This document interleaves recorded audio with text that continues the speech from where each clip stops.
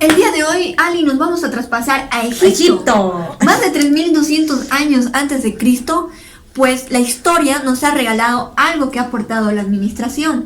Pues sabemos que Faraón, el primer faraón, que era Nermer, pues era uno de los primeros que ha unificado a Egipto, ¿verdad?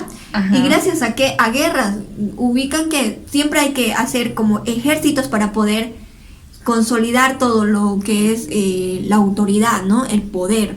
Este faraón unificó a Egipto a través de lo que era crear una gran cantidad de personas que les dotaba de flechas, de mastacos, ¿a través de qué? ¿A cambio de qué?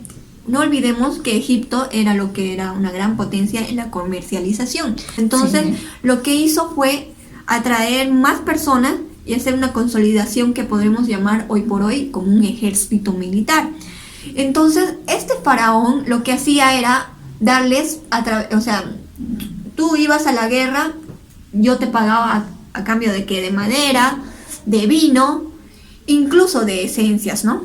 Entonces, a través de estaba eso, presente el trueque, Gaby. Exacto, entonces lo que llamamos ahora el trueque, en ese entonces era como un intercambio, ¿no?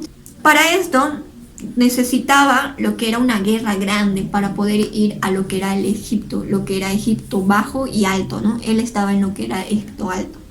Entonces así empezó a unificar todo, a consolidar todo lo que era Egipto, ¿no? Lo que ya ahora, hoy por hoy, conocemos como Egipto. Entonces, este faraón pues agarra la administración para poder ¿qué? Para poder tener una contabilidad sobre qué es lo que le daban en ese entonces a los famosos faraones, lo que eran, ¿no? Las riquezas. Las riquezas, ¿no? El oro que recolectaba de los pueblos, ¿no? Y eso hacía con la ayuda del visir.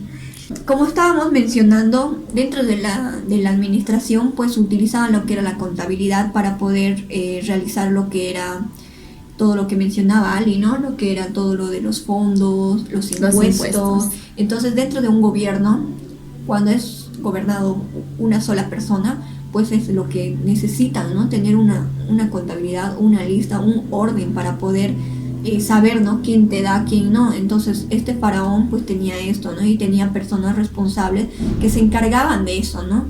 De la contabilidad, del comercio, incluso tenía el manejo de los lugares clave para la comercialización.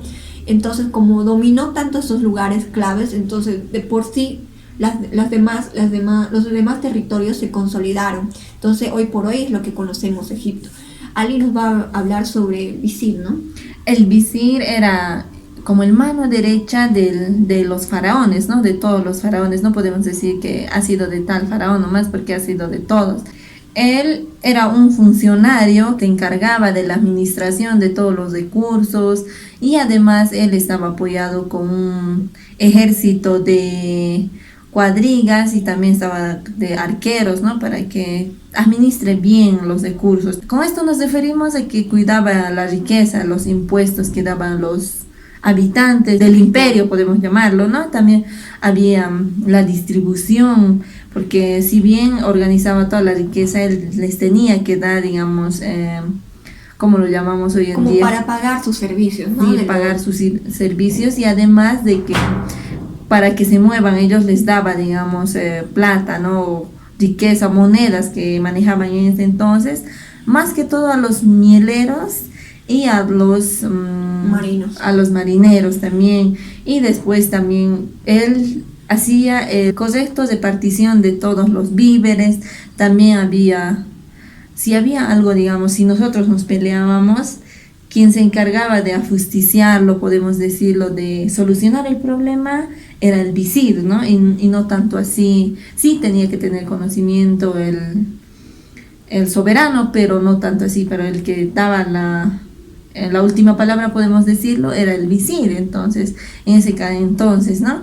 Y también decía que cobraba los impuestos, como ya decíamos, de todos los habitantes, para así luego volverlo a duplicarlo a la hora de comercializarlo, porque ubicas que vos has hablado de lugares que tenían lugares definidos para comercializarlo, entonces en eso lo duplicaban sus recursos para así de esa manera potenciarse en el imperio más poderoso de ese entonces, podríamos llamarlo. Es así como funcionaba la administración en Egipto, ¿no? En ese entonces.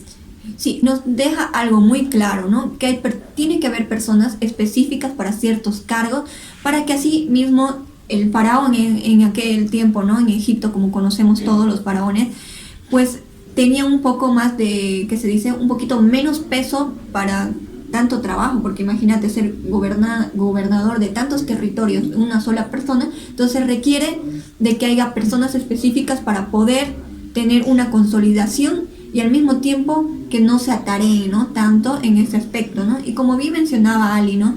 Habían ciertas personas que se encargaban de ciertas cosas. Y por ejemplo el visir, que era la cabeza mayor, que era el que comunicaba al faraón de lo que estaba sucediendo o de lo que era la contabilidad, la administración, ¿no? En sí. Entonces aprendemos muchísimo y aporta muchísimo lo que es Egipto, ¿no?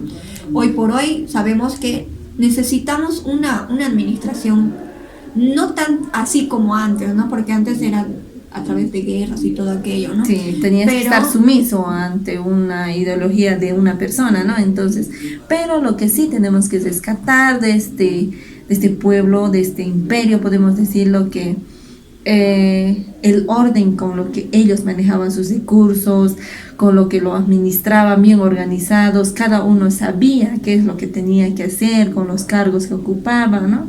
Entonces, y así de esa manera lograr el desarrollo de un imperio. Así es, Ali. Incluso en las arcillas se muestran todo lo que es la escritura. Y no olvidemos que la escritura nace de ahí, parte de ahí. ¿Por qué? Porque la necesidad de poder registrar las cosas, entonces es donde nace la escritura, ¿no? Entonces, gracias a eso, pues se ha podido ver en grandes templos, donde antes, pues, lo que hacían, ¿no? Que se dice, tenían grandes dioses, ¿no? Dioses de la lluvia, dioses del sol. Entonces varios dioses habían, entonces posteriormente ahí eran donde al principio registraban todo, ¿no? Lo que escribían. Entonces hoy por hoy incluso hay arcillas, hay pedazos donde no se puede todavía, ¿qué se dice? Interpretarlo, porque tienen que haber muchísimos cuidado con los arqueólogos, ¿no? Entonces gracias a ellos sabemos lo que hoy en día conocemos, lo que es la historia de Egipto. Y con eso terminaríamos, ¿no, Ali? Así es. Entonces con nosotros va a ser hasta el próximo video. Hasta el próximo. Chao.